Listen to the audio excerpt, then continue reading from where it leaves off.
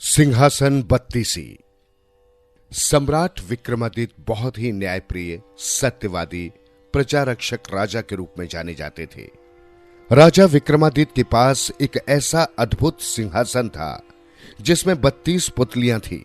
सिंहासन बत्तीसी इन्हीं पुतलियों की रोचक कथाओं का सार माना गया है। बहुत समय पहले उज्जैन नगरी में महाराजा भोज का राज्य था। राजा भोज उस समय के अद्वितीय राजा माने जाते थे, जिनकी ख्याति दूर दूर तक फैली थी। एक दिन किसी कुम्हार के बालक को खुदाई करते हुए एक सिंहासन दिखाई दिया, जिसे राज्य के सैनिक राजा भोज के पास ले आए। राजा भोज उस सिंहासन की चमक और नक्काशी देखकर दंग रह गए। उन्होंने ऐसा सुंदर सिंहासन अपने जीवन में पहली बार देखा था। अतः राजा ने अपने मंत्रियों से उस सिंहासन पर बैठने की इच्छा प्रकट की। सिंहासन की धूल मिट्टी को साफ किया गया, जिसके कारण उसमें जड़े रत्न आदि और भी चमकने लगे। सिंहासन में सबसे आश्चर्य की बात यह थी कि उसके चारों ओर कमल का सुंदर फूल लिए 8-8 पुतलियां निर्मित थी।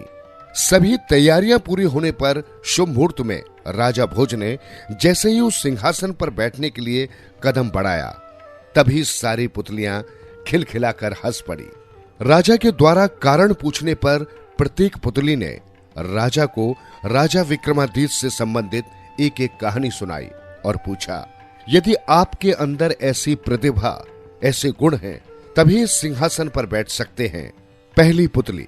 प्राचीन काल में गंधर्वसेन नामक एक आर्यवर्त राजा थे, जिनकी नगरी का नाम अंबावती था। राजा की चारों वर्णों की एक एक रानी थी। पहली पत्नी ब्राह्मण वर्ग की थी, जिसके पुत्र का नाम ब्रह्मजीत रखा गया। क्षत्रिय वर्ण वाली पत्नी के शंख, विक्रमादित्य और भृतहरि नामक 3 पुत्र थे। वैश्य वर्ण की रानी के पुत्र का नाम चंद्र तथा शूद्र वर्ण की रानी के पुत्र का नाम धनवंतरी रखा गया। ब्रह्मजीत के वयस्क होने पर उसे राज्य का दीवान बना दिया गया, किंतु वो अधिक समय तक जीवित न रह सका और उसकी मृत्यु हो गई। शंख की दृष्टि पहले से ही सिंहासन पर थी और चूंकि राजा का विक्रमादित्य पर विशेष स्नेह था, इसलिए शंख ने सोचा कि कहीं राजा उसे ही अपना उत्तराधिकारी न घोषित कर दे। यही सोचकर एक रात उसने सोते समय अपने पिता की हत्या कर दी और चारों भाइयों को भी मारने के लिए चल पड़ा। किसी प्रकार इस बात की भनक विक्रमादित्य को लग गई तो वो चुपचाप वहां से भाग निकला, किंतु अन्य तीनों अपनी जान न बचा सके और शंख द्वारा मौत के घाट उतार दिए गए। विक्रम की हत्या कर स्वयं को सुरक्षित रखने के लिए उसने विक्रम का पता लगाने के लिए गुप्तचरों को चारों ओर भेजा। परिणामतः शीघ्र ही उस स्थान को खोज लिया गया जहां विक्रम सरोवर किनारे तपस्या करता था और वहीं कुटिया बनाकर निवास करता था। शंख ने शीघ्र ही विक्रम को मार डालने के लिए तांत्रिक की सहायता ली, किंतु होनी को कुछ और ही मंजूर था। विक्रम की छठी इंद्री ने उसको खतरे का आभास कराया और उसने चालाकी करते हुए अपने स्थान पर तांत्रिक की गर्दन झुकवा दी और स्वयं वहां से हट गया।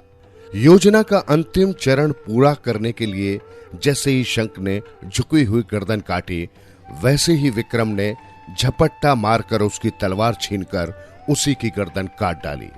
फिर विक्रम शंख के कटे हुए सिर को लेकर राजमहल में जा पहुंचा, जिसे देखकर शंख के समर्थकों को अपने प्राणों का भय सताने लगा और वे वहां से भाग निकले। शेष प्रजा विक्रमादित्य को अपना राजा मानकर उसकी जय जयकार करने लगी। उज्जैन का सिंहासन संभालकर विक्रमादित्य तन मन धन से प्रजा का पालन करने लगे। एक दिन विक्रमादित्य कुछ सहयोगियों सहित शिकार के लिए जंगल की ओर गए। एक सुंदर हिरण के पीछे पीछे वो अकेले ही बहुत दूर निकल आए और उन्हें दिशा भ्रम हो गया। कुछ देर भटकने के पश्चात उन्हें एक अद्भुत महल दिखाई दिया। महल के बाहर उनकी भेंट उस महल के दीवान लूतवरण से हुई। उसने विक्रमादित्य को बताया कि ये महल महापराक्रमी, ऐश्वर्यशाली एवं महादानी राजा बाहुबाल है। विक्रम को महल के भीतर ले जाते हुए लूतवरण ने बताया कि बाहुबाल पर देवों की असीम कृपा है। स्वयं भगवान शिव ने उन्हें रतन जड़ित सिंहासन प्रसाद स्वरूप प्रदान किया है। यदि हमारे महाराज प्रसन्न होकर आपका राज तिलक कर दें तो आप यशस्वी तथा चक्रवर्ती नरेश बन सकते हैं।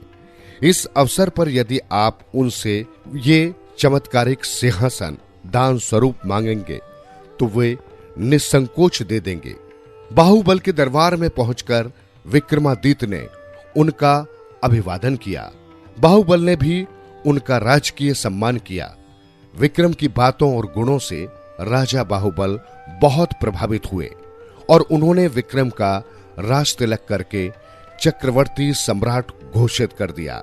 इस अवसर पर बाहुबल विक्रमादित्य को कुछ भेंट देना चाहते थे। तब उनके आग्रह करने पर विक्रमादित्य ने तुरंत वो सिंहासन मांग लिया। बाहुबल ने वो सिंहासन सहर्ष विक्रम को दे दिया और सम्मान पूर्वक विदा किया। विक्रम सिंहासन को राज दरबार में ले आए, जिसे देखने के लिए लोगों की भीड़ उमड़ पड़ी। उनकी उत्सुकता देखते ही बनती थी।